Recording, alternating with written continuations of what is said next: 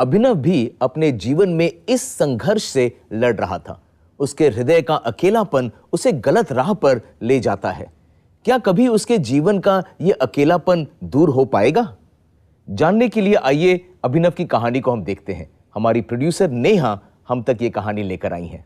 आइए देखें। इस भाग दौड़ की जिंदगी में जहां लोग अपने काम में व्यस्त होते जा रहे हैं, वहीं पारिवारिक जीवन में दरार भी पड़ती जा रही है।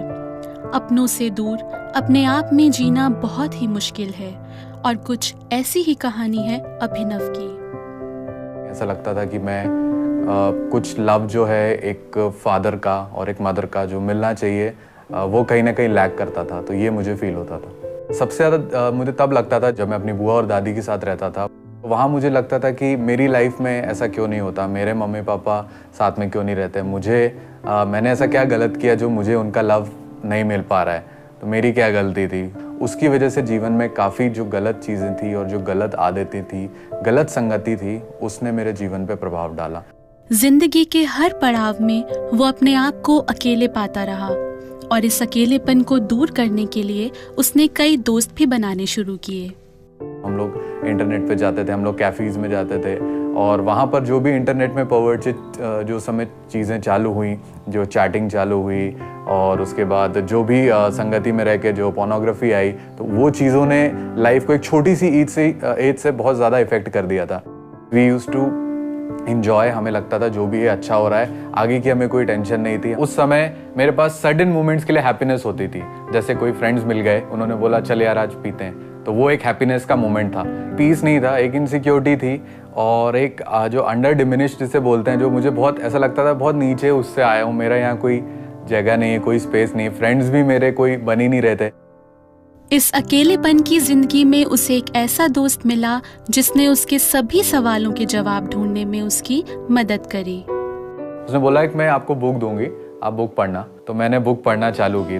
तब मुझे उसमें काफ़ी अलग चीज़ें दिखी जो मैंने आज तक कहीं देखी नहीं थी और एक मैन की लाइफ को मैंने देखा कि वो गॉड के लिए किस हद तक परसिक्यूशन को सहन कर सकता है।